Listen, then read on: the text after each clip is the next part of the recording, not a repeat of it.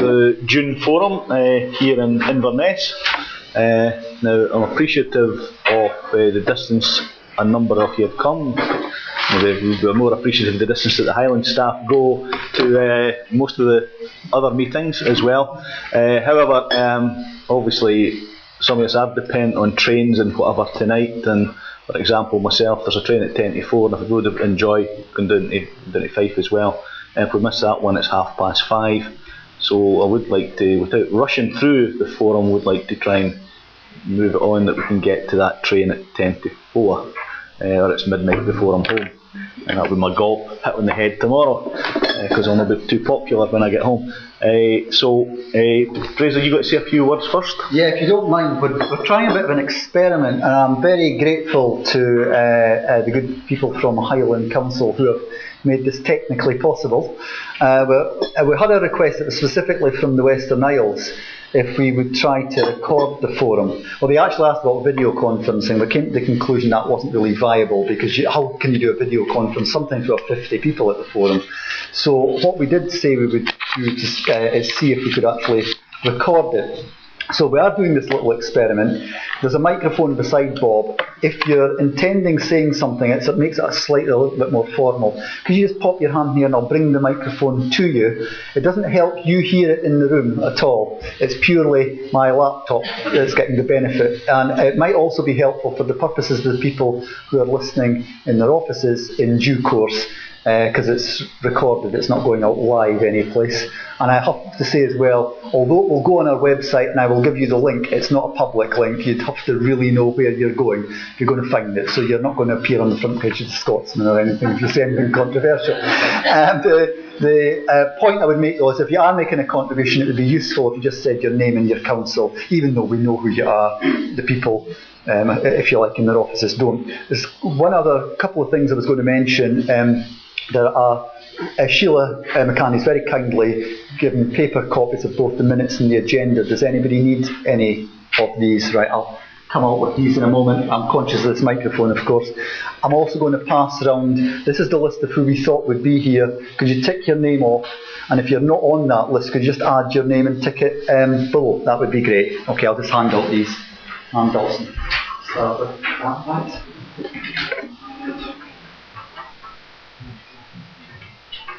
Okay, so as they say on Big Brother, we are now live. Please do not swear.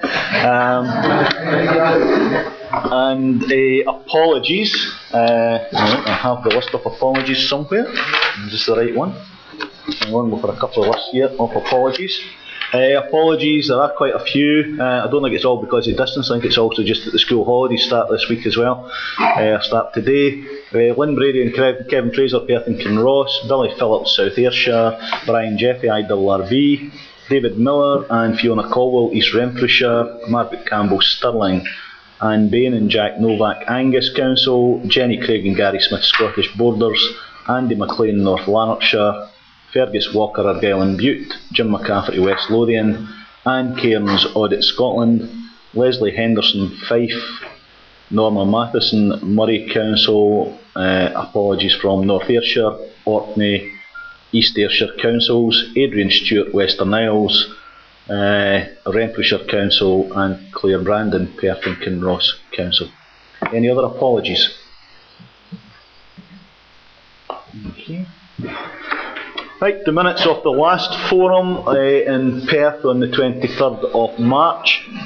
Just going through them for accuracy. First, page 1, page 2, page 3, and page 4. Everybody quite okay that they who were there, that they represent a true record of the last meeting? And most of the items are covered again on the agenda. I've marked a couple which we haven't got reference to. There was mention of us trying to compile a list of the appeal cases through Valuation Appeal Committee.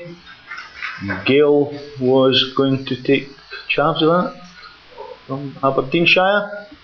Is she around? Susan, do you know if she's done anything yet? Maybe nobody's sent her anything either. I've got a batch of them certainly. We've got a book of our own, so I'll send that up to her. Could I maybe make a suggestion that I will make contact with Gail? We'll then put something around the forum just to remind everybody that this is happening, and encourage them to contact Gail with copies of the cases for the last couple of years. Couple of years or so. Yeah, I've certainly got one for Edinburgh that we've drawn up ourselves already, so we can pass that to.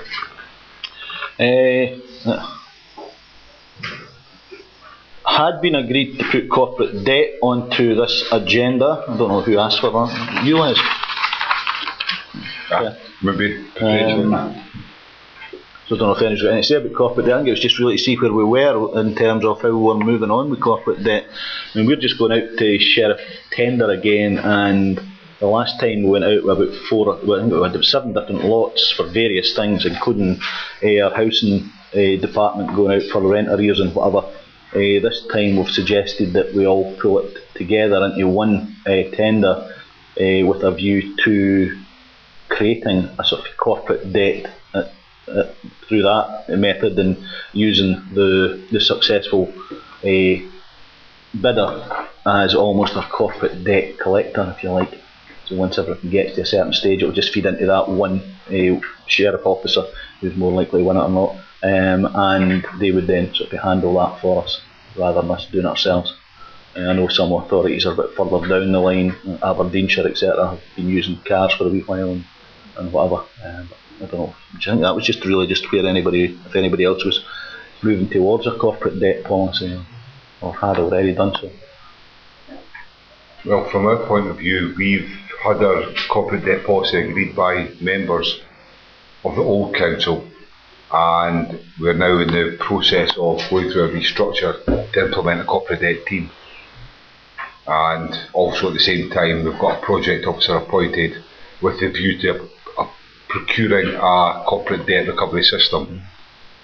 And I'll be in touch with those of you who've already procured it, because I was on the Scottish procurement website and I couldn't find any of the previous tenders for a corporate debt recovery system. So it may be that those who've recently purchased it, if you go with a single supplier route, I think that's what we're looking at. There's only one maybe system there that actually does everything we want, so we're maybe just going down that route.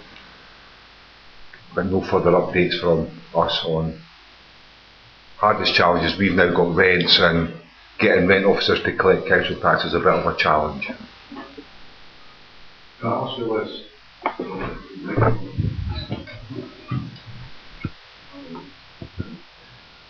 Kenny Christie's, Lothian Council. Les, how do you prioritise your debt? You know, your policy's been approved. How do you do that? It's actually stated in a policy that the council recognises that rent is a top priority. So thereafter, what we have is it's a percentage. So if somebody has multiple debts to the council, we will prioritise them. Remember this: 60% for rent, 30% for council tax, and 10% for other. And if they've only got rent and council tax, it's 65% rent and 35% council tax. That's for their arrears. We expect that anybody who enters in any arrangements will keep their current liabilities up to date. So any arrears payments are split on that percentage. Arbitrary, drawn into the air, no theory behind it or whatever. We did, I have to say, we did look at the level of debt, but the problem with that is, what happens is, as you know, somebody might have £500 rent arrears and just £8,000 in council tax, and if you did it on proportion debt, you'd take all the money for council tax, and that wasn't felt to be very fair. Right, and because you're taking different forms of recovery for different debts. I mean, for example, do you have a no eviction policy, or are you prepared to take action in isolation if people default? Well, if you default on a corporate debt, in isolation. So yes, but we're at a very early stage. We haven't got the situation where all we've done at the moment is pull together.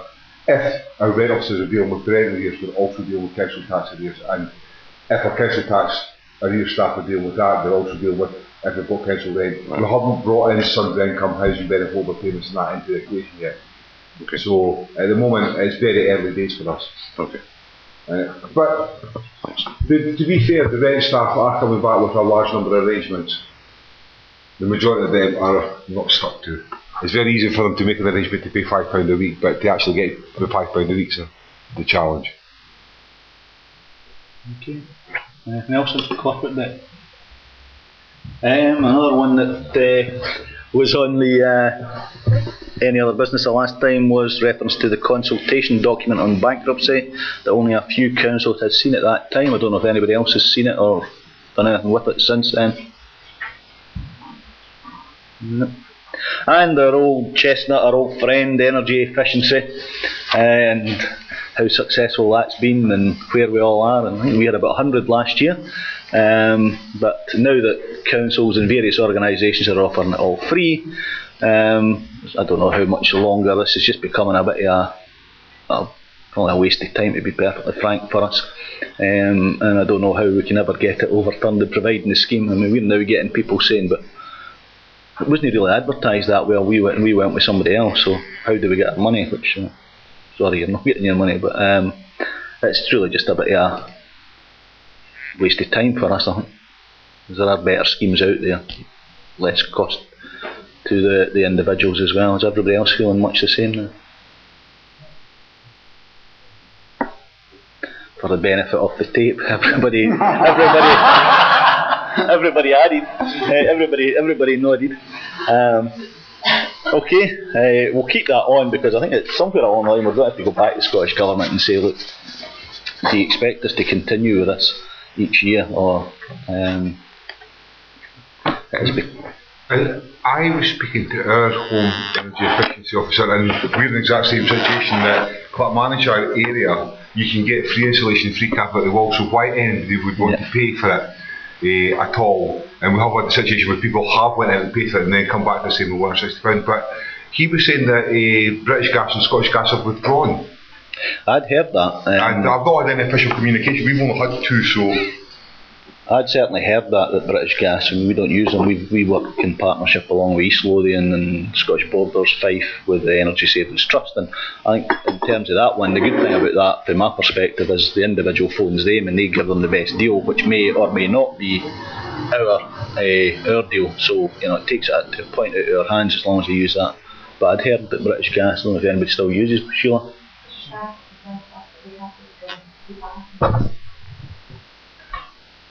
So there goes our model scheme.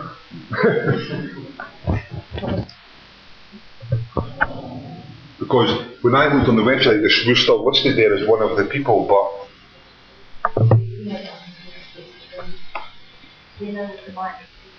Yeah, which is the Energy Savings Trust. Yeah. The end is still with British Gas. You still have to, legally, you still have to offer a scheme. Yes. Under Section 80A. It's sad I even know that. How do you do with this getting taken not for the minutes? Play the daft laddie and say, well, I've not been told, so I've just, because we've advertised the scheme again last year in our annual billing. Nobody came to us and told us that they were going to withdraw. Okay, moving on then to the agenda. I'm just firstly just taking item C really up to the front on the Unoccupied Properties Bill. I'd like to welcome Sam Baker from the Scottish Government. Sam has been charged with moving this bill forward, so she's very kindly taken the opportunity to come up here today to give us an update on where we are, and there are some draft regulations kicking about now, I believe. Saw them coming in yesterday, so over to Sam. And Sam has very kindly agreed to hold the microphones for the benefit of those at home. Thanks, Sam. Thank you, yes. I'm Sam Baker from the Scottish Government. Sorry, I'll try and turn around and face as many people as possible. I'm not sure how long I've got to speak, but I thought it'd be useful just to give people an update on the bill and then say a little bit about the work we're doing on drafting regulations to follow that. And obviously, if people have got any comments or questions, very happy to take them. Hopefully, everyone's heard of the Unoccupied Properties Bill and knows what it's about. And some of you have been involved in kindly volunteered to be in the working group that we set up, and others I know have been to consultation events. So hopefully most of you know, but essentially what the bill is doing is providing provisions to allow for regulations to enable councils to charge a council tax increase on certain long-term empty homes, and that will be at council's discretion. There's also other provisions, for example, on proposals to reduce empty property relief for empty commercial properties, but I wasn't planning to talk about that today. But obviously if anyone's got any particular burning queries or issues, let me know and I can feed that back to Marianne Cook and other colleagues. Where we're at with the bill at the moment, we introduced the bill into the Parliament back in March, and the Local Government and Regeneration Committee have been looking at it and taking evidence from a number of councils over the past few months. They published their Stage 1 report yesterday, which essentially gives a sort of general in principle agreement to the bill moving forward, but with a few sort of caveats and issues that they'd like us to look at further. So we'll be hopefully doing that over the summer, and coming forward there's going to be a debate in the Parliament just after the end of the summer recess, so beginning of September. Some of the issues that they raised probably be quite good to get your views on. It was things like some of you will know that we're proposing to increase the current sort of penalty of £50 if people don't provide information to the council when it's requested, or don't proactively provide information that their property's not occupied. We're proposing to allow councils to charge up to £200, but I know some councils have said they still wouldn't use that penalty anyway, and the committee's sort of asked if that's enough and whether we should be increasing that. So I'll be quite keen to hear your views on that. And there's a few other areas which will be of interest there, where they've said we should look at providing guidance on things like what we tend to call exemptions from the increase, but our lawyers don't like us doing that. We call them special cases that wouldn't be charged a council tax increase, such as properties for sale. So if anyone's got any views, feel free to let us know. In terms of taking it forward, and timing is quite tight at the moment, because I know some councils are interested in bringing in an increase from 1st of April next year, and because of the timing of the bill process, we're planning to actually consult on preparing regulations over the summer in advance of the Parliament agreeing to the bill, just because if we left it till after they'd agreed the bill, sort of end of October, then there wouldn't be any, it will still be tight anyway, but there certainly wouldn't be time for councils to be able to implement in April. Although obviously some councils may choose to leave it until the following year, or whenever they feel like it. So we are planning to do a consultation on regulations fairly soon, hopefully planning to launch that in the next few weeks. So I've actually got a draft copy of the regulations here, which I'll maybe hand out if I can. Yeah, if you could. Hopefully there's enough copies there. I would emphasise it is still very much a draft, and in fact our lawyers are still working on amending some of the bits, but we'd certainly welcome any initial comments today, and obviously people will get a chance during the consultation period to feed in as well. There'll be a number of regulations that we're consulting on, but this one is the main one, the one that covers variation for unoccupied dwellings, which will replace the existing 2005 regulations, which are the council tax discount for unoccupied dwellings regulations. So they would be completely replaced by these regulations. A lot of the provisions in the regulations are the same as the existing ones, but there are a few notable differences which we and our lawyers have been struggling with the wording on for a while. Probably the two main differences are firstly on how an unoccupied property is defined and how a second home is defined. So I'd certainly be keen to get views on how that will work, and I'm very grateful to people who've been involved in previous meetings and the working group for giving us some initial feedback on that. But it's certainly something that that it's been quite difficult to try and get right, because obviously there will be people that try to avoid or evade paying any council tax increase. We're allowing councils to charge potentially an increase of up to 100%, so there is an incentive there for people to try and declare their home as not being long-term unoccupied, so whatever, second home, occupied home, whatever it could be. So we've tried as far as possible to make that difficult for them, but obviously nothing is 100% foolproof. The other main issue that's been quite challenging has been about what I referred to there as the kind of special cases, and this came out a lot in the consultation and also in the Parliament, where there are people that may be trying quite hard to bring their property back into use, but for whatever reason, and particularly at the moment because of economic circumstances, it's quite difficult for them.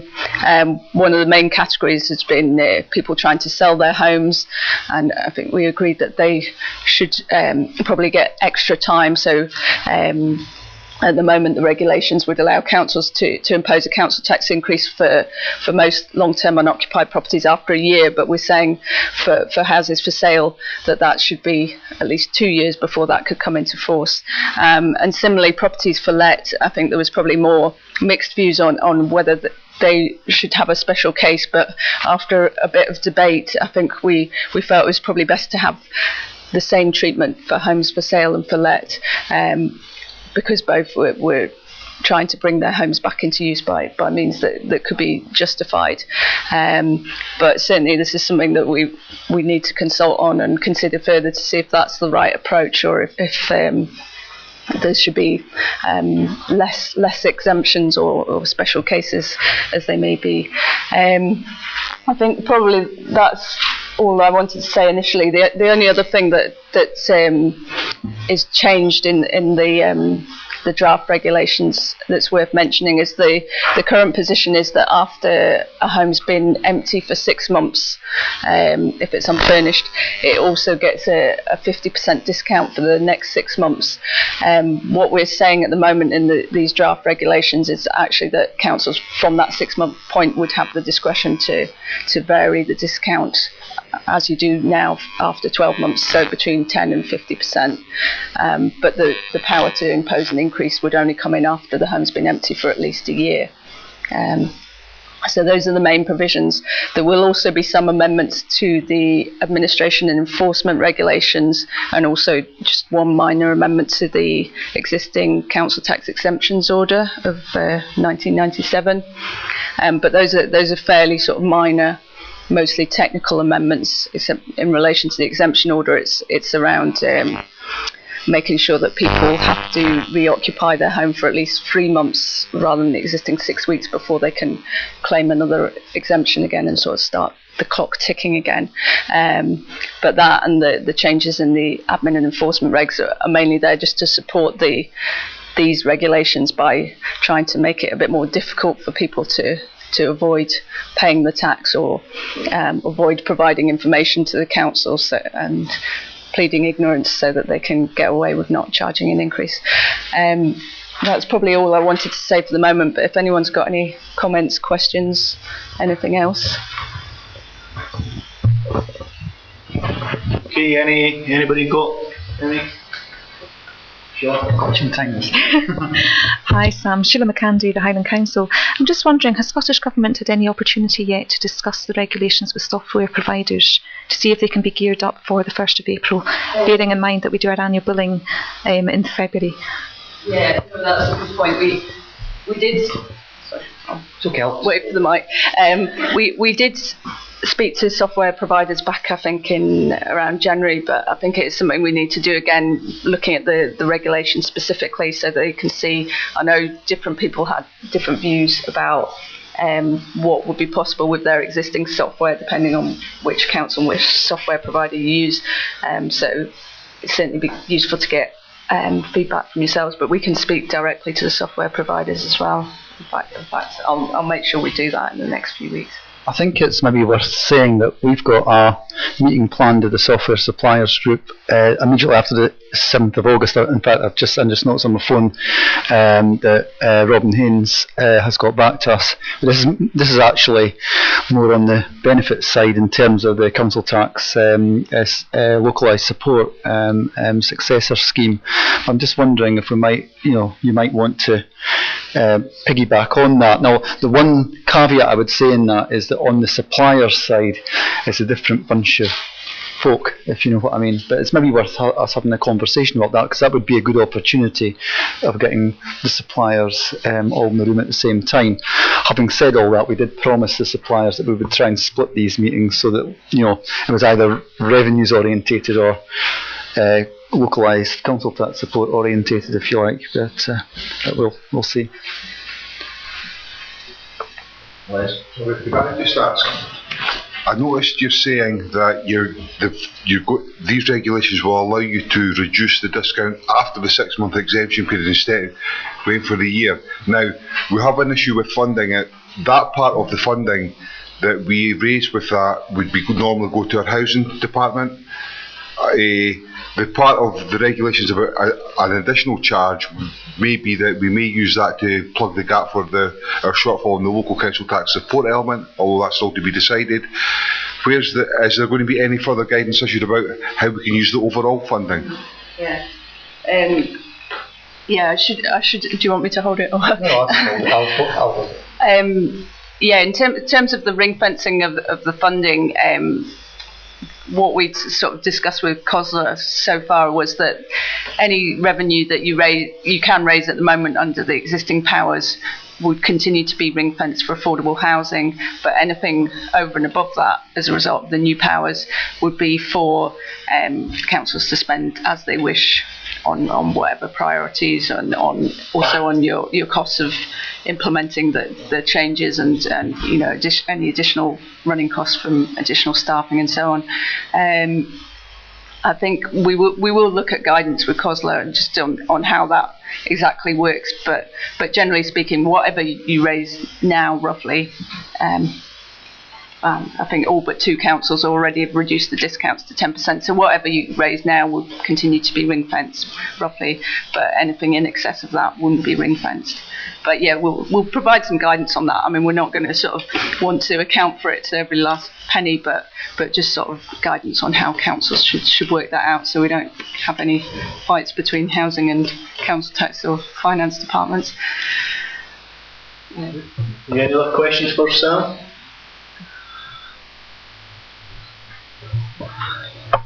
I mean, it was Sheila Joy and myself attended that meeting a couple of months ago now, so this is obviously the follow-on.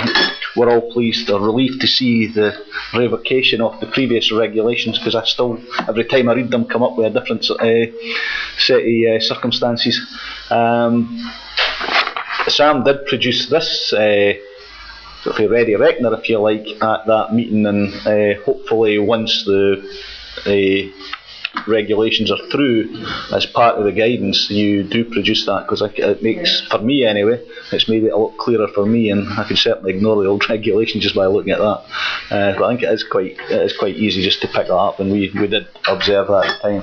And just to confirm, we did raise at the software suppliers meeting in January, one of Sam's staff came along and did raise the issue with the software suppliers at that time, because obviously we do have concerns that the systems are designed to give discounts or exemptions and not to talk about increasing charges above the 100%, and that might. So it was raised. Most of them that were there that time were probably more non-domestic rates practitioners as such, but yeah, it's certainly on the. We'll put that on the agenda for when we meet with the software suppliers again in a couple of weeks' time. Just really wondering, Bob, if anyone, you touched on the issue of penalties for non-compliance, and I think there was perhaps a view from authorities that it doesn't work, and just really wondering if there was perhaps any views on that. Yeah, it'd be useful to hear if anyone has views on what would be an appropriate level of penalty.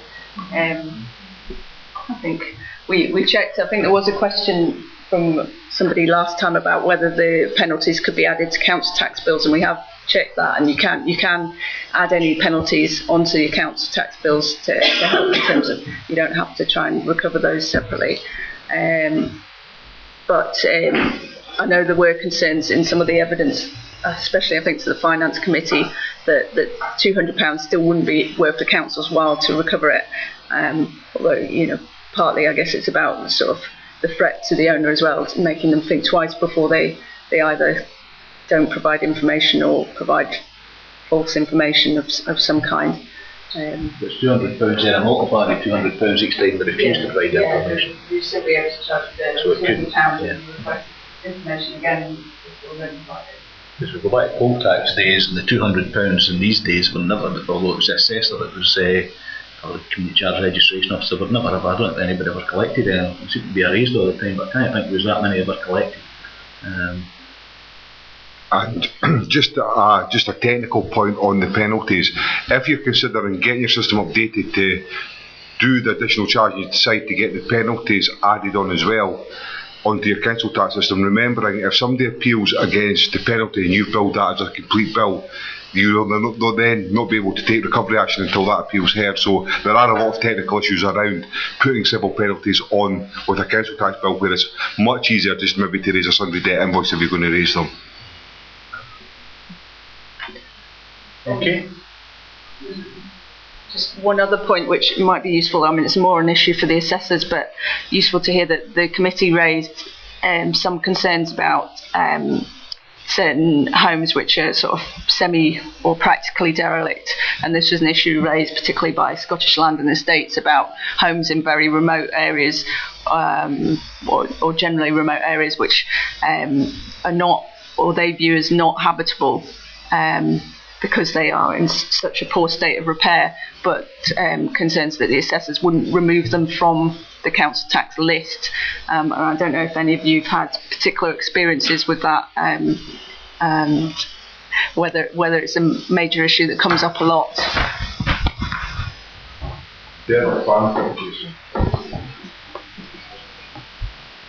I'm Rona Caird, I'm Friesen Galloway. We've got major issues with that. Our environmental services have recently went through a period of taking off demolition orders and closing orders, which are no longer applicable because of properties are so derelict, but the assessors won't remove them, so we're left with a lot of derelict properties in our valuation list and we're having to charge for them. And these are the ones that would go to 200% possibly.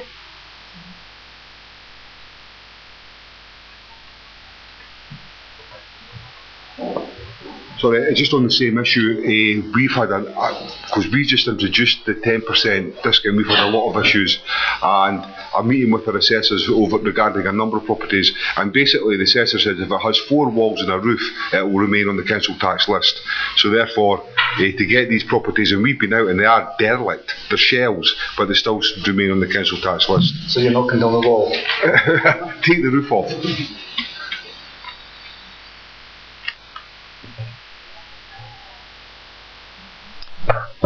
Okay, thanks very much, Sam, and thanks for taking the time to come up. And hopefully, I believe either, well, Stuart, I think it may be at Crieff. We've invited Stuart to come up on the Crieff. Right, next on the agenda then is the working group on water and sewerage billing, including Water Direct.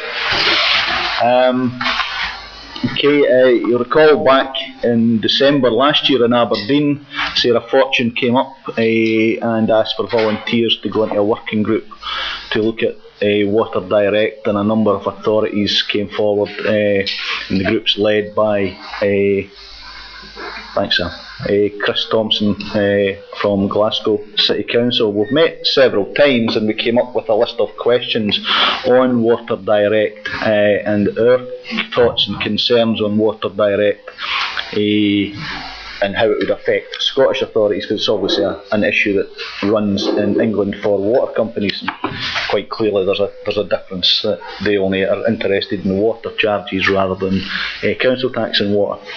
So we sent off a list of questions to the DWP, and we got a response and felt, in fact, it would be even better if we had a face-to-face meeting with the members of the DWP. So we met on the 10th of May with Judith Hartshorn.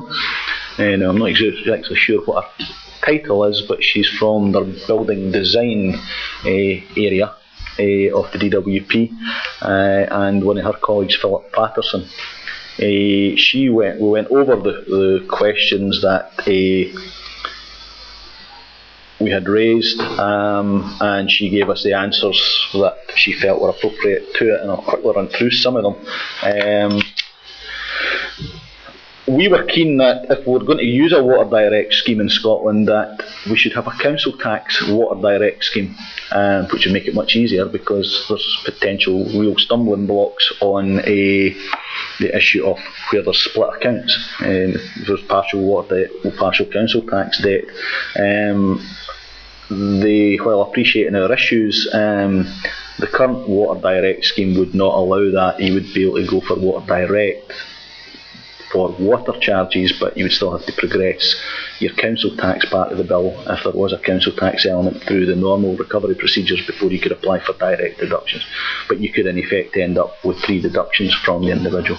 The ongoing water charge, because the whole purpose, if anybody's not aware of water direct, is that if an individual has water debt, then when you apply for water direct, as well as getting the arrears at whatever the figure is, 350 now, 350 or 355, you also get their ongoing water charges, so it stops any further debt accruing. And technically you could also apply for council tax arrears as well, so you could end up with 3 deductions from, but water charges have a higher ranking in the priorities for deductions than council tax has. Can I ask a question then?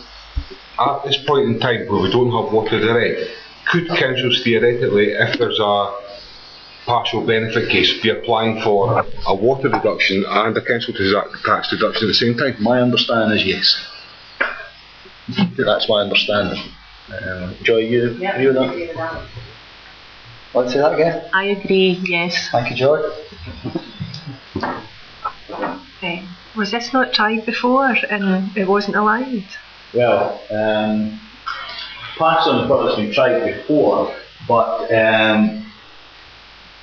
maybe if you let me go through the rest, you'll see why it's now coming up again, because it all falls into place as we go through this.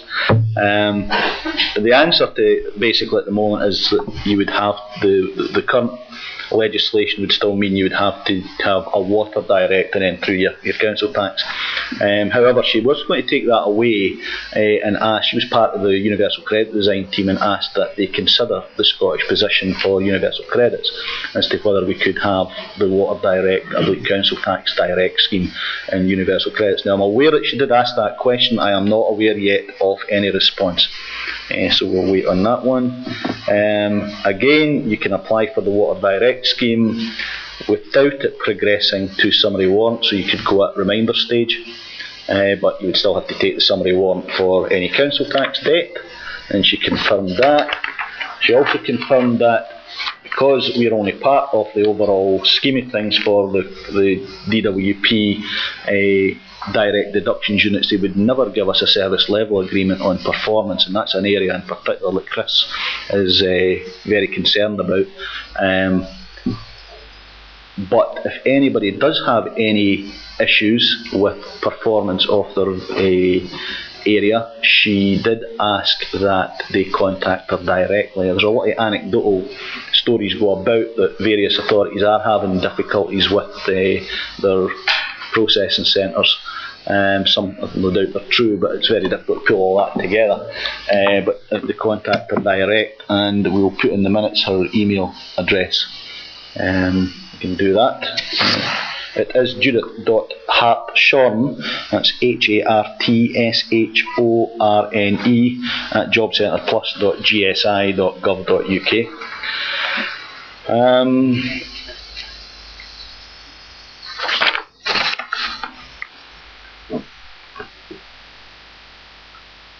And then we did ask about what would happen in terms of the delays, if they were having delays, and how we would actually pick out the water charges and ensure that we were getting the monies. There's a number of options you could consider. One is that you treat the current year's full liability as arrears and apply for ongoing water direct from the beginning of the next year. The other one is that the water charge up to the date of application would be treated as arrears, and then any ongoing water charge from the date of application for water direct would also then be taken in over the remainder of the year. So if you can imagine, if you build your remainder in mid-April, they didn't pay, you applied for water direct by the end of April, or until let's say the end of June, the April and May arrears would be taken as arrears, and the ongoing from the 1st of June would be taken as the actual whatever weekly charges. So, and regardless of how long it took DWP then to actually process that, if they had received your application at the 1st of June and it took them 8 weeks in which to then process it, you would still get the ongoing from the 1st of June. Now the problem with that is, of course, that sounds very good, but rather than taking the £6 plus your £3.50 from the individual per week, the longer it delayed, it could be that £6 could become, to catch the arrears, £9 or £10 plus the £3. So, you know, there are issues there, and they were appreciative of that. Actually, I don't think there's any reason, I'll check with Chris, but I don't think there's any reason we can't actually circulate this paper now. It's a true record of what took place, Joy, wasn't it? So there's no reason we can't now get that out around everybody else, so we'll add that to the minute of the meeting, and you can see it. Hopefully it's clear from that. They are also keen, DWP, that we keep the communication channels open with them. They came after the meeting, they came up to Edinburgh with me to speak to our direct deduction staff, just to see what process we're in place with their processing centre. I'm quite impressed. But they are quite keen that we that they come up and speak to another couple of authorities, because I think they are quite keen that they can address any issues which may or may not be happening with authorities, and I think quite out with whether Water Direct goes live or not. I don't personally think it would do us any harm to keep these communication channels open now that we have them.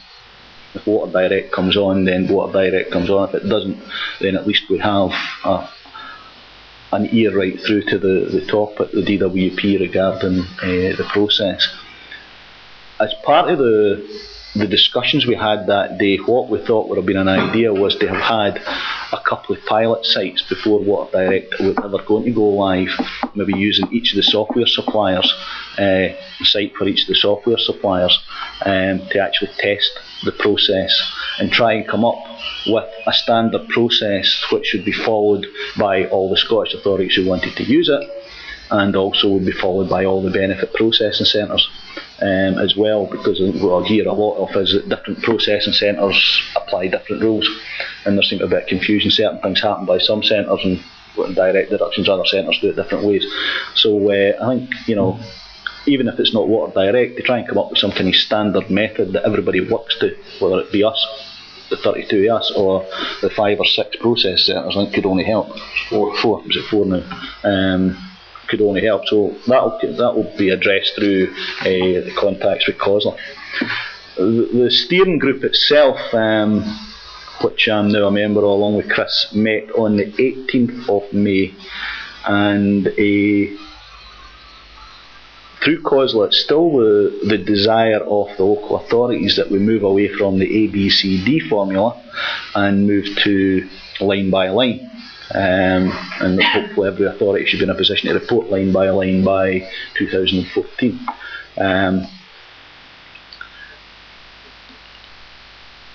Scottish Water, I think, for the first time indicated, it's the first steering group I've been at, but I still get the impression it's the first time that they're not wedded to ABCD, but they wouldn't necessarily go as far as going to line by line. But they may be prepared to talk about something which would be mutually beneficial, whatever that may be. So, what develops out of that, I don't know. But they did sort of indicate that one may not necessarily, they're not going to necessarily stick to the A, B, C, D if we can come up with another scheme that's suitable for both parties. You'll recall COSLA asked everybody to submit their water-only collection rate, so that was presented. And of course, the problem with that is it shows wide-ranging from a low of 61, although they had some issues with the processing centre, believe it or not. But still, even after that, from lows around about the 60% up to a high of 84%.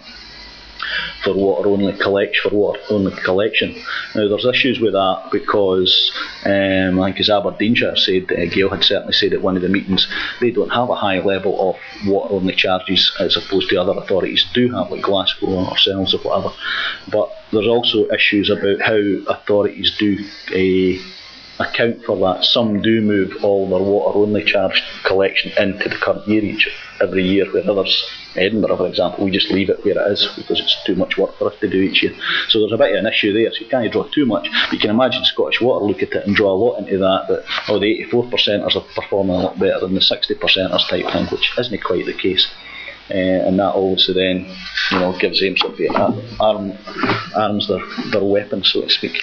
I think we're doing Scottish Water a discredit if you think that that's the only thing they look at, because I get... No, it's not the only thing. No. I know they're looking at all cash collected, what you've collected in the year. I know when we're trying to negotiate our incentive payments, they came up with a range of figures on what they're going to do to us to ensure that we improve our water collection, because I think we're one of the lower 60%ers, much the same as we don't transfer. We've got a deduction going on for 2,000 and they're still getting money, we will not apply for a new one.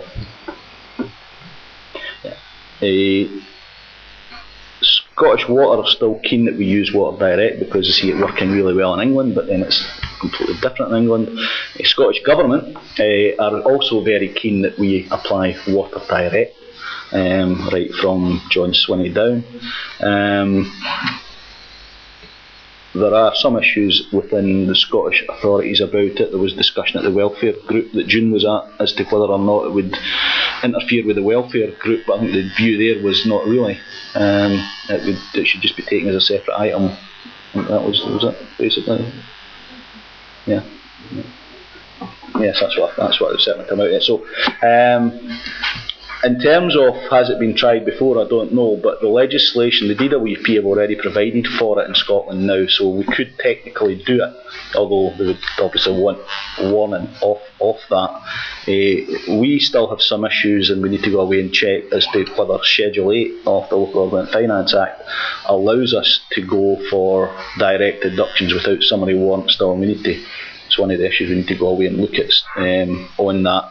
But again, Scottish Government don't see that as a stumbling block if it needs to be changed. Their view is we'll just have to get it changed because they're quite keen again on using it. The pilots as such are on hold at the moment because the steering group don't want to move anything on until we get the political approval through COSLA. And as COSLA are still in their reformation stage after the elections, that's nothing's likely to happen now to about September, October. With that, I mean there are different views within local authorities as to whether Water Direct is a goer or not, and whether it should be used. But I mean that's for every authority to make that opinion on. Some would view it as hitting the poorest, obviously, and others would maybe view it as another means of collection, and there are people in the same position as some of these people who are paying each week, so it's really, I suppose it really comes down to every authority. But that's where we are with it at the moment on Water Direct. Thanks. Just a bit of time to get my mind in gear. June Deans from Glasgow City Council, just talking about the conflict really between Water Direct and the principles behind universal credit. I mean, universal credit is about having money in your hand for you to take responsibility to make payments. Water Direct is about you not being able to make those payments and somebody taking that choice away from you so that they come direct. So that's where the conflict was, and the discussion was around that. And I think the the local authority view is obviously we would quite like to have the money, so although there's a conflict on the universal credit side, it's probably not really a conflict from our collection point of view. That's the kind of key thing around that. There's another thing you said after that, and I've forgotten what it was now. Can we move on to Chris, then John, come back to you? Right. Chris Hawley-Sullivan.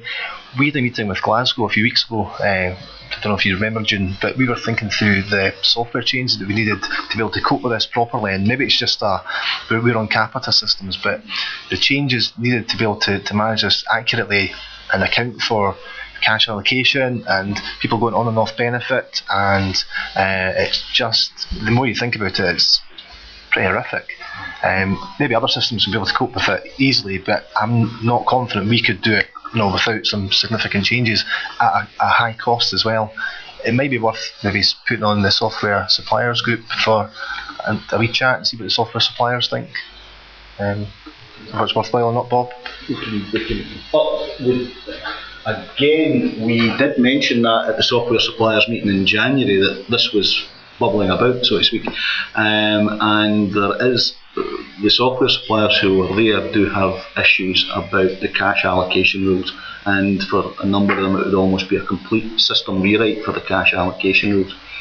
Scottish Water, though, did say at the meeting, is that even using Water Direct within the current ABCD formula, and most of that money therefore is going into the water, even if you only went for the most straightforward ones of the long-term water only charge people, that they wouldn't get hung up about that money being used through the existing ABCD formula, because we would then get a cut of that, but then they'd get a cut of our money, as they have been for years, but they wouldn't get hung up about that part of it. It would just be as they just view it as another tool, so to speak. But there is a pressure from both them and the Scottish Government about using it. It's not to say we will. You're right, Chris, there are a lot of things, and that's why we want to do things like pilots, just to see what the issues were, rather than say, yeah, we'll do it, and then find that there's huge software implications, and even the DWP can't cope. Yeah, that was the topic I was thinking about, just couldn't get to, but the biggest issue is that actually applying for Water Direct means you can't take recovery action without splitting your account to go forward, and I think that has to be an issue for all systems. I can't see how there's any system that's been set up and designed to split the payment before you start taking recovery action, so it's pretty significant. But we can't do that. We either can't take recovery action on those accounts, or we can't take Water Direct. So it's a quite significant conflict. Or you opt to do Water Direct on your long-term water only ones, in the hope that they never change, and there will be some, I don't know how many you've got, and run normal recovery on the non-water only ones. But yeah, there's certainly a lot of issues like that you have to address. I mean, I did a calculation, I've got a copy of it, I reckon when I was in Edinburgh on a Band C, it takes 112 weeks to collect 1 year's council tax. From 40 to 55, I don't know the difference to that. Which basically means that in 20 years of council tax, if somebody who was on income support from the 1st of April 1993, and an assumption you apply for it as quickly as they could, they're already 10 years behind. If all things are equal, so it's, there are a lot of implications. It's just, is it a way to stop ongoing debt for these individuals? But yeah, there's certainly issues about, do you do it all, or do you do some of it, or do you do anything? Sure. Yeah, I would maybe just like to say I've had a thought about all these problems as well, and the only way I can see of doing it is that you can only go for Water Direct for water only charges, and if the council taxpayer comes off full benefit, then obviously you have to stop the Water Direct. That's the only way it can work. But what you will get under the ABCD formula is that you will get your percentage of that weekly charge going into your council tax collection to up your collection rate. So provided you look at it carefully, I think you could probably manage it only for water debt without too much software changes in splitting the debt. The only problem I can see that you've got is you have to wait to your first reminder of your new financial year, which probably at the earliest is about the 1st of May, So you've got that 1 month's council tax that you could not move on until the next year when you've collected all the water-only debts. So, but as it's only 1 month's council tax, what you might be gaining would be worth it. But I did speak to Reg because there is no doubt authorities will have administration costs involved in this, and we will have some software costs involved in this, because we can only do it electronically between the DWP. We can't do it manually. And I did ask him if Scottish Water were prepared to at least contribute to the funding of that. I don't think he was very happy with that question, but he didn't dismiss it altogether. Aye, so Chris Hall again. Bob, was there any indication in the meeting you had with DWP about them accepting electronic files? Now, what was said about that? Spreadsheet. They spoke about some type of spreadsheet, Chris, and I think that was one of the things that we saw at that meeting. The merits of having a pilot or pilots to look at having a standard spreadsheet that every one of their centres would accept, rather than just some of their centres seem to accept electronic. And it would be a type of spreadsheet that we would all have to, if we were to use it, work towards as well. But as I say, the pilots are on hold and may or may not happen depending on how COSLA go with the whole issue of water direct or not. But it's just really just update where we were with it up to that point. Just as an aside, Chris, our BDC actively encourages us to use an Excel spreadsheet to submit the data, and it's very easy because when we do our Sheriff Office extract, the income support case is identified separately. We put that in a separate spreadsheet and fire it straight up to them. And it shows you the system we've got to enter in and deal with it. Yeah, and I think that's why we are keen. Sorry, but I think that's why, regardless of whether Water Direct runs or not, I think keeping the communication channels open, having them visit 2 or 3 sites, finding out what the differences that have been experienced across local authorities and different BDC sites is probably as important as, if not more important, than whether or not Water Direct ever goes any further.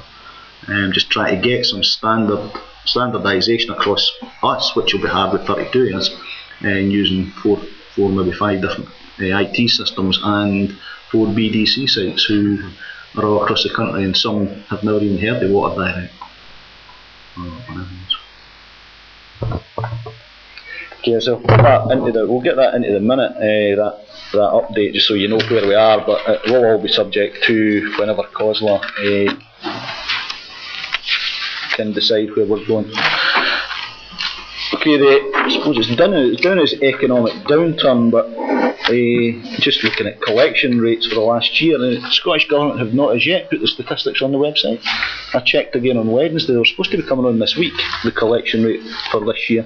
They're late, because it was the 21st of June last year. You mean the last year's collection rate? Last year's ones, but I don't think they're on yet. No. I checked on Tuesday or Wednesday this week, and they weren't on, but there had been records that would be on this week, because it was the 21st of June last year. So last year in Edinburgh we were actually up 0.3 from the previous year. We were 93.4 or 94.6 depending on which method you want to report under, which was a 0.3 increase both ways actually. We actually thought we were always behind all year, and we got a sudden surge in the last month, and what it was, of course, is we've got that many more on direct debit now, and a lot more had opted for the 12 months payments, which we hadn't really profiled, and suddenly, of course, we got a lot of money in March, which we weren't really hadn't anticipated because we didn't take a profile on it. So that's why we came ahead of the game, but right up until then we thought we were behind. I don't know how everybody else got on. We were 0.6 up under the old method, and so that's 93.9, or I think we got 95.3 by line because we've got a high benefit caseload. How much akin to yourself, direct debit take up's been the key, and also I have to say performance of our sheriff officers in just cash collection terms, they've collected 16% higher than they did the previous year. On a like for like basis, for no apparent reason apart from they'd put down they're using better software, better identification tools, and it's not a plug because I'm not going to tell you who our sheriff officers are. So, but again, very pleased. And this year, though, I noticed that our collection's a bit below what it was comparable for this time last year. Well, we're fractioning up this year again. Anybody else got anything to say on that?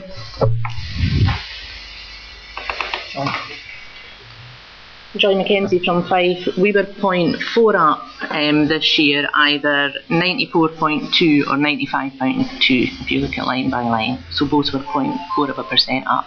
We're also 0.1% down this year at the same point last year.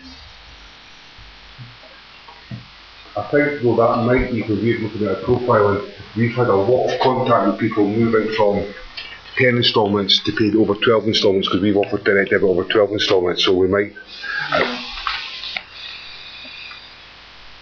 Anybody else? Dawson? Dawson Lamont, Highland. Yeah, we're up 0.1 and similar reasons. Direct debits are up, and 12 months it's coming in at the end. So yeah. Paul Pearson, Paul Council. I'm slightly surprised because the Scotsman today said we're £20 million worse off year on year, according to the paper this morning.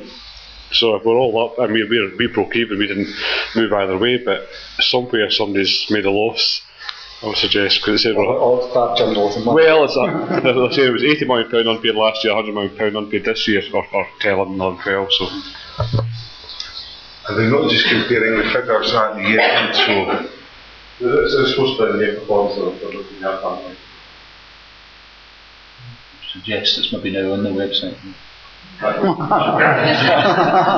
there was an FOI came in April, but she wasn't the Scots, she was from Daily Mail or something like that. Victoria or something. Yeah. So she's originally I was on paid last year. Nobody else volunteering the results? He'll be the one that's lost the line.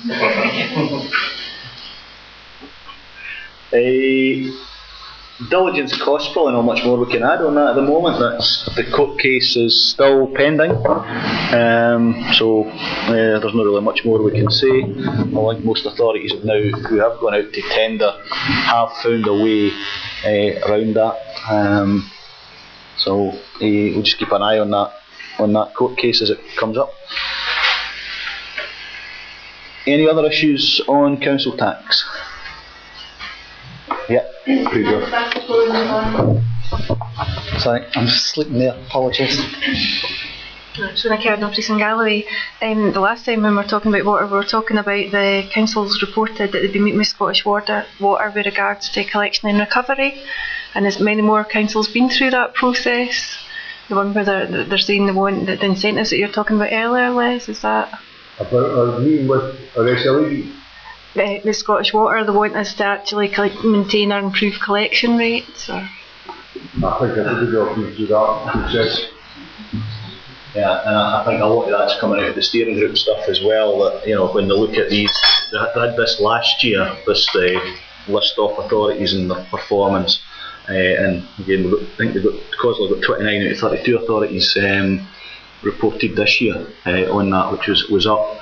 I suppose I think they tend to think that we don't share good practice on a collection, in particular water debt, and the fact that the steering group raised that he had spoken to a couple of authorities and they said did he know anything about various things, and Chris had prepared a paper on things that we do for the steering group, such as the IRRV forum, such as the emails that Fraser fires around from various authorities. Now it might not specifically mention on water all the time, but it's good practice is shared on a collection, and if you're collecting your council tax, you're collecting your water debt. So we did put them right on that, that we do share good practice in this type of forum.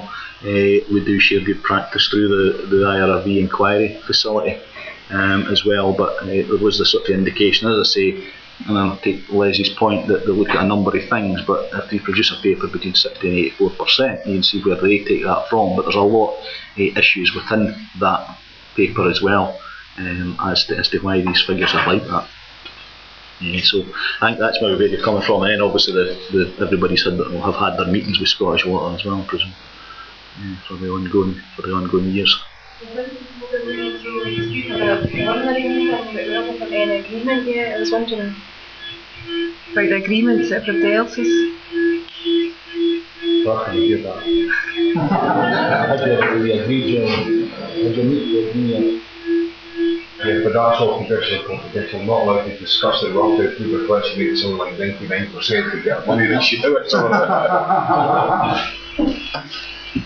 Yeah, we've had a preliminary and we have had another, I don't think we actually met with them, but we agreed a target with them. So it's basically finished as far as we're concerned, obviously. I'll say our target, I think we get an extra £12,000 or whatever it is, not for the minutes.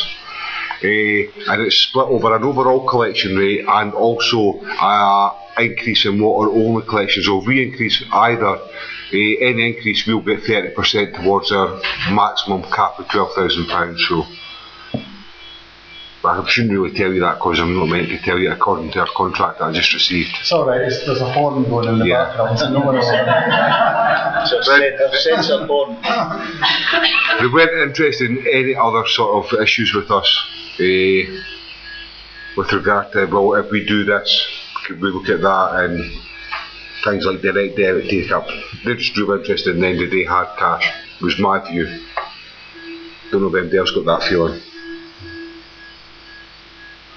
Just another matter, not associated with the collection rate in Scottish Water, but we've had a couple of cases recently where individuals are saying that they're metered water, and normally we'd send a note to Scottish Water to get them to confirm that, but it's going into a black hole or into a well or something at the moment because we're not getting any responses from. I don't know if anybody else has had these. We've got a couple, but one of them's sort of been escalated up the ranks of VIPs. And Scottish Water just don't seem to be coming back to us to confirm one way or t'other whether it is a meter. It's the same as if you ask them when they're connected to sewerage or water. It's sometimes it takes 4 months because they have to go out and do a visit to actually find out.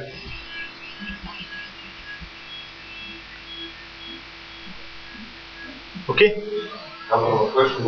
Yeah. Battle against the car horn here, Kenny Christie, Lothian. Has anybody considered offering any incentives to, like financial incentives to be able to encourage people to move to e-billing? And I suppose the supplementary question is there actually any provision within the legislation to allow us to do that? There's actually a suggestion I had from a customer, knowing that there are other companies out there that are offering that kind of incentive to shift channels.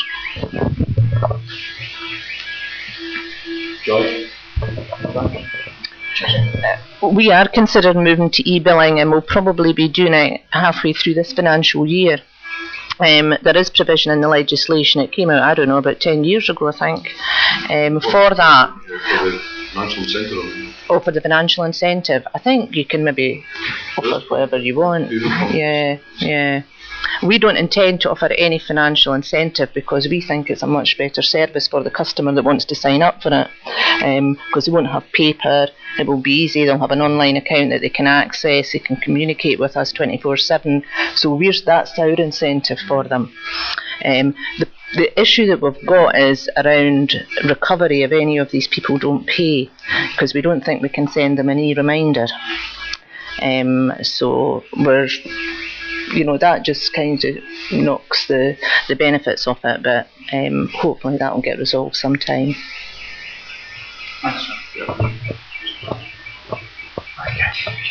Thanks, Joy. Just to add to that, I mean, we have e-billed for a while, but the uptake's not very good. So, what I was asking there was really just if anybody's considered any kind of incentives. Is there anything we can do? Because, we're encouraging people to communicate with us over the web, do e-billing and all that kind of stuff. Financial incentive, however small, might be one way to try and again, it has to be cost effective for the organisation, I guess. We should offer them a free draw for free council tax if they sign up for it. I mean, we do that for direct debit, and that's really quite successful. We've done that for a lot of years now, and we get publicity in the paper. You know, people get their photographs in. If they don't want their photographs in, that's fine, but we still do the publicity. So we might do something like that if you also sign up for an e-bill, because what's it costing you? £1,500 a year. The other possibility, and I know some authorities have done it, is a prize draw that are sponsored by local companies, so it doesn't actually cost you anything. There are issues there, obviously. We did that things like energy efficient light bulbs. You know, if you do this, we'll give you a dozen energy efficient light bulbs. That didn't really work. I was talking about widescreen tellies. All right. But cheapskates but you don't even have to, you can offer that even as a monthly draw to get to hook people in, you know, and then move to an annual draw once you've got them. That's a good suggestion, I'm just wondering how other authorities are finding their e-billing, if people are taking it up or not, or if even if they have e-billing, or if they're thinking it's not worth the effort. We don't even offer it. Won't offer it. Okay. Don't offer it money. Anybody else got it and found that it's not really taken off, or? E-billing that hasn't really taken off that well. Well, just for the benefit of the one that shakes of the head there and goes from noise. We've got it, we built it, and it works really, really well. It's just getting those people to try and sign up. We've got lots of people signing up for self-service, but e-billing is a subset of self-service, and you don't need to have both at the same time. You can have be part self-service without having e-billing, but got plenty of people in self-service, but just not taking an extra step to sign up for e-bills. You thought about giving them an opt-out? If you've got their email address, just writing to them and telling them you're now on e-billing. We've done all this. We've done and you need to tell us if you want to opt out.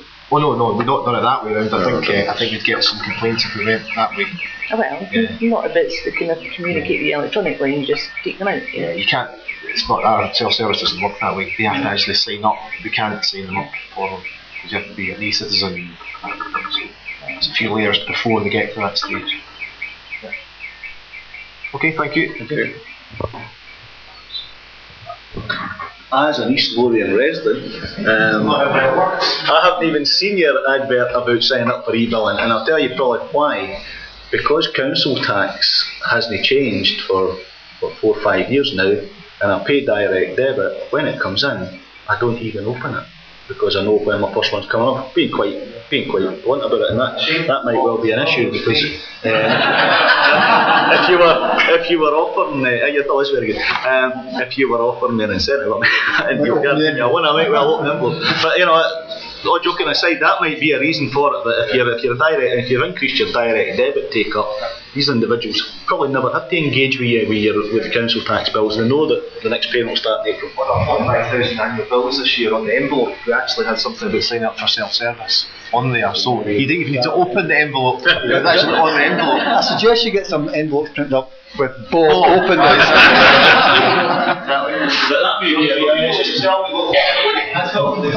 But certainly from my perspective, it just doesn't mean, I don't have to open. That may be a reason, because I'm sure there'll be a lot of other people in exactly the same position.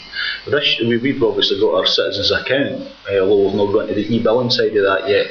But we're getting people taking up that. But for the last 2 years, we've actually given their password to get into it when we're sent the bill out, so to try and encourage it rather than having to go through the laborious get in touch with us to then get the password.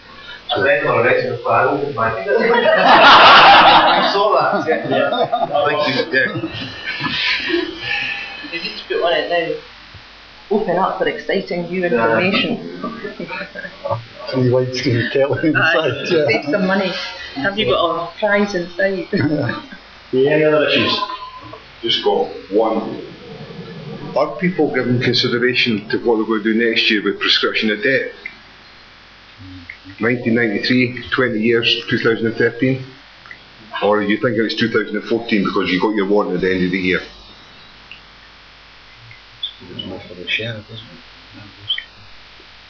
As long as they're keeping in touch, then it rolls on. If you've got an arrangement, but if you've got no contact there after the last time you've issued a warrant, really that's not enforceable. Or you're just going to sort of. It's such a small amount of money left that you've not written off anyway, so.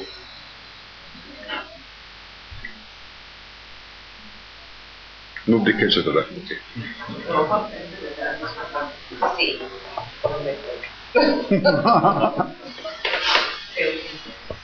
Okay, well, we're thinking about it all, is it? Non-domestic rates. Business improvement districts, the usual standard topic. Edinburgh year 3 was 89% collection of the year of the sum invoiced. We've now had another bid for South Queensferry. I don't think it's anything to do with the new bridge, but and there's one in the Grassmarket which they're looking at going into ballot with. But, so there's potentially another couple kicking about. Anybody else got anything on bids? Hairdressers getting on okay with the butchers? Just waiting for our first bid has now run, so they'll be up next January for the vote to continue it. But what will be clear is that the council, I don't think, will be doing all the administration for nothing. So if they wanted to continue, they're going to have to pay for a minimum our standard fee, what we calculate for a cost of invoice, they'll get billed at. Which I think it makes it a little less attractive for them. But whether they'll go ahead, the first one was a successful one, was the business parks, which seems to be, we've got very high collection rates, 98% in year or near the in-year collection rate for them, so they're paying, it's well managed, they seem to be getting a lot out of it. So that will continue. If another one comes up, I don't think so, because we're away down there about 82% for the town centre. So the point really is the butchers aren't getting on with the hairdressers? No, they're all getting on together, just not getting on with the council and the bid company. The one issue is that the bid company have now come to us and say, sort of querying about, well, we've had warrants, so what are you doing with the surcharge? So that's got nothing to do with you, because they were actually looking for the surcharge to be paid to them as well. So they get all the service for free, and they wanted to keep the 10%. So no, we'll have collection costs, and that'll have to offset them.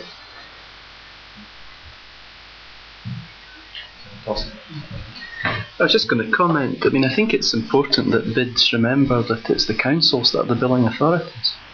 You know, that's certainly my understanding of the situation. And you know, there is a tendency to become involved in the administration, which really is technically a matter for the councils. Maybe that says something about the local relationship with the bid company. I'll have to say that our bid company, they monitor the changes in the occupiers, etc. And they actually prepare the list. They actually type the invoices in, and we just produce them. So the actual cost now, sorry, when I say they, I actually mean business support of the council do it on behalf of the bid company. But we don't, as a revenue section, we've had a thing in sort of the debt anyway where services raise their own invoice, so the bid company had to raise their own invoice. So they maintain that whole spreadsheet. Sure. Sheila McCandy, Highland Council. There's a new draft operating agreement being circulated. I don't know if anybody else has seen it. We've gone through it with our legal colleagues and we're binning it basically. And what we're going to do, because we're in the same situation as Les, our first term is just coming up to expiry. So we're going to bin the new draft operating agreement that's been produced by Harper McLeod on behalf of BID, and we're going to revert to our first term operating agreement and edit it, so update it. But we're looking at introducing charges as well.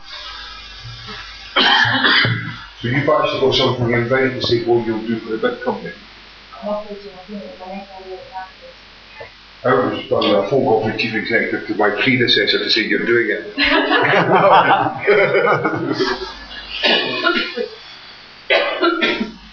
Yeah, we are charging the second bid.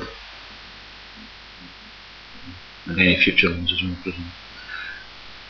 Completion notices always over to Glasgow here initially. Is there anything else happening with Two of them have been settled, the last of them. Don't have an update on that. I understood there were 3 and 2 were settled. Yes, but I'm putting no cancellation. We've got a couple now that we're considering our position on. We're using the Glasgow issue, but it's a wee bit further complicated because it's after the event and look at retrospective, so there are issues there.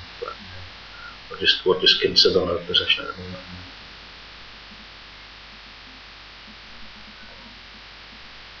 Public Health Responsibility Supplement. Don't have any, Fife.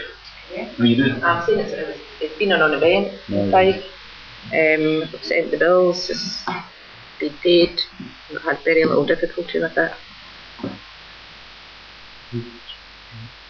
Supermarkets haven't kicked up any fuss, just got the bill and they're paying it.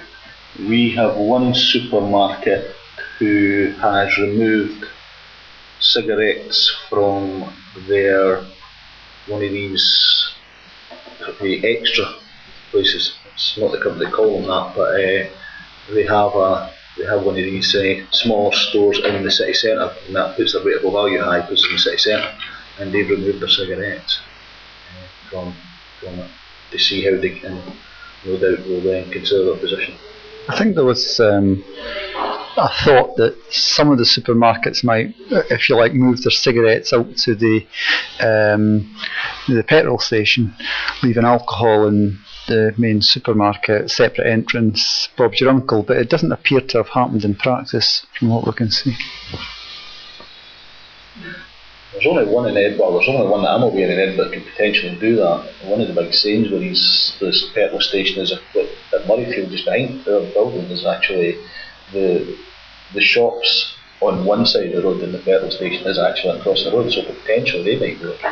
But you've got places like Asda where they don't have anything in the petrol stations because they're unmanned. Yeah. So they probably couldn't get away with that, but they wouldn't be able to get away with that. And there's a quid pro quo, isn't there? Because they're clearly selling a lot of cigarettes in the supermarket, and there's a calculation whether it's worth even doing. Okay. I think they just write it off as a tax, that's a tax we're going to have to pay. Yeah. Any other non-domestic rating issues? Sure. Sheila McCandy, Highland Council. At the moment, if a business is falling into arrears, they can phone us up. I'm sure you all do the same. They can phone us up, and if they agree to pay by direct debit, we will give them until March in the financial year to clear their arrears. What businesses have been saying to us more recently is we're actually putting them into further debt because they know the direct debit will fail and then they'll incur significant bank charges. So we were just wondering, is anybody else getting that feedback, or do you operate the same policy as we do? Are you considering changing it? Just interested to get feedback from people.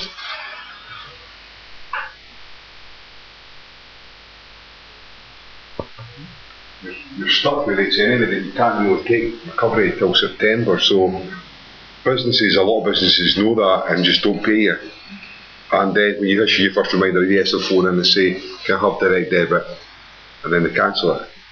So you're... Is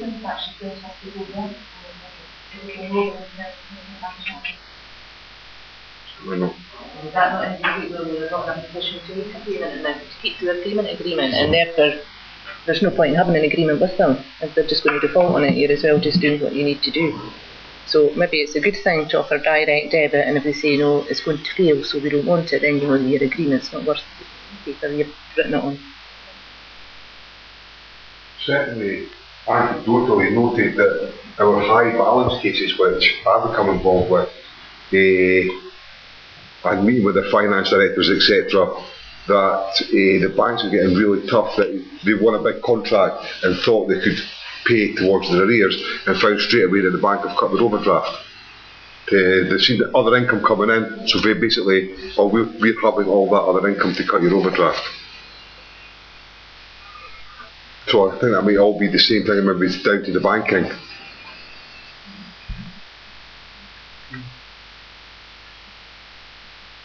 Okay. Reports from the various groups. Non-domestic rates practitioners group.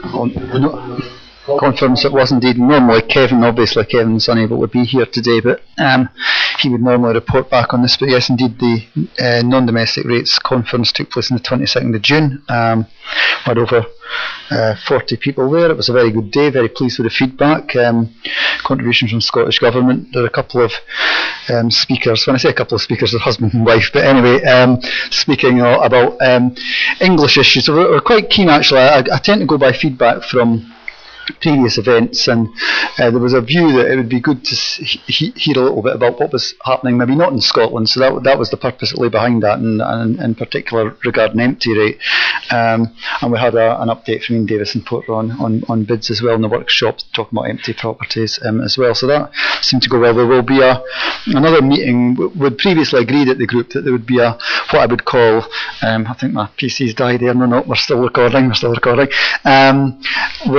We'd previously agreed that after we had a seminar stroke conference event, we would have if you like, a normal practitioners meeting sometime later on in the autumn. Just want me to nip through the rest of these sub things in number 6.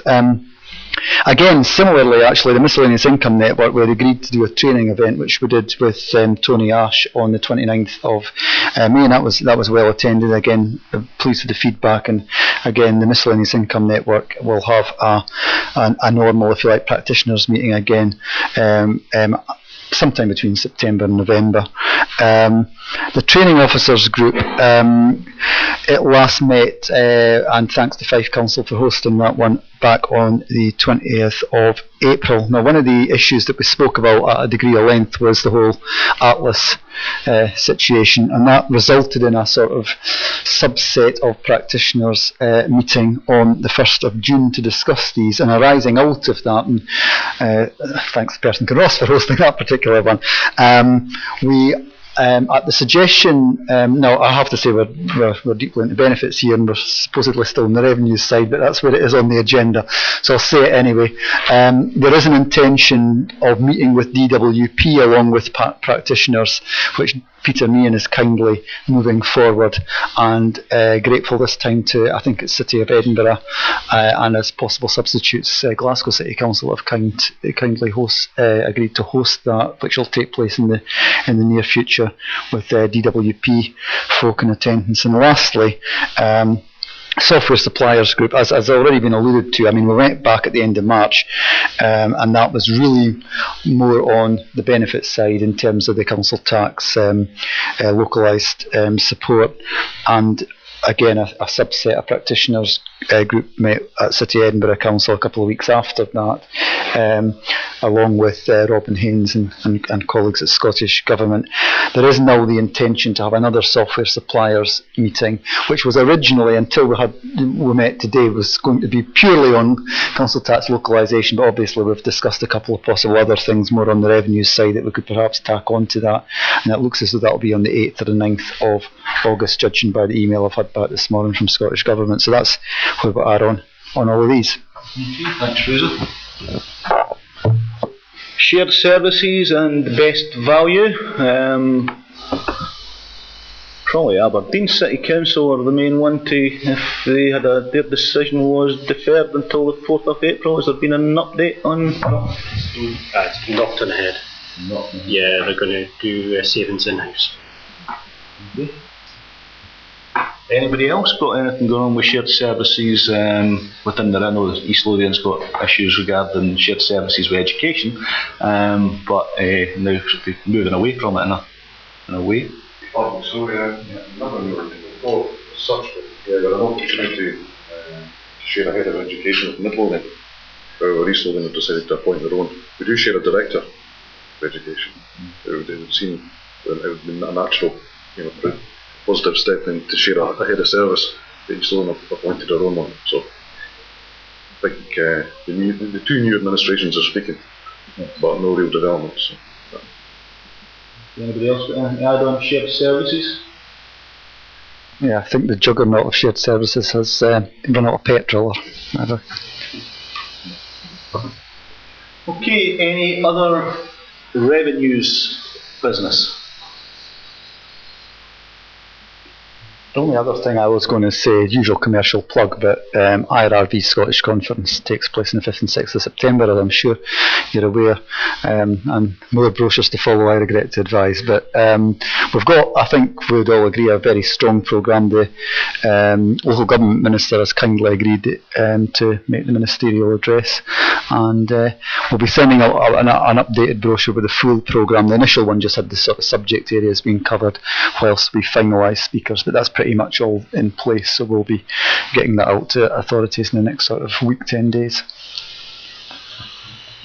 And the next one is date of next meeting. For those of you who aren't staying for the benefit session, it is the 27th of September, and staying in the cultural theme, it's in Dalkeith. Dalkeith Arts Centre.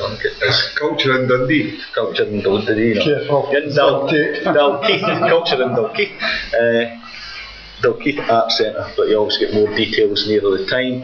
And the December, the winter one, normally is November, at the end of November.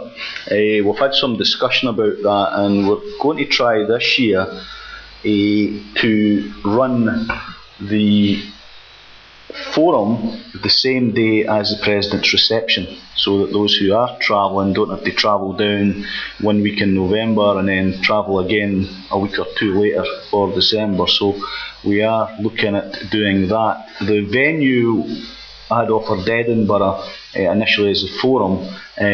Jim McCafferty, who's the IRRV president, is quite keen that he hosts his reception, his second one, because his final one, in West Lothian, because they've obviously supported him through the last couple of years and allowing the time off. So it's now we are considering holding the forum and the reception in West Lothian, which will likely be, still it can be confirmed, but likely to be Bathgate. But again, it's a wee bit away, but that's why perhaps not got a final date or anything. It looks like we're looking towards 13th of December, but we'll firm that up near the time. But just so you're wondering why perhaps it's been a wee bit sketchy about the winter forum at the moment, that's the reason why. We're just it would make sense to have everything. If Jim's going to have it in Westland, it makes sense to have the forum and then immediately after that have the reception as well. I think we'll try and make it completely seamless. Forum ends onto the reception straight away, just so that the start lets people get back at a reasonable time, but also there's sort of no gap in the day, as it were. Yeah. Okay, thank you. It's now 25 to 1.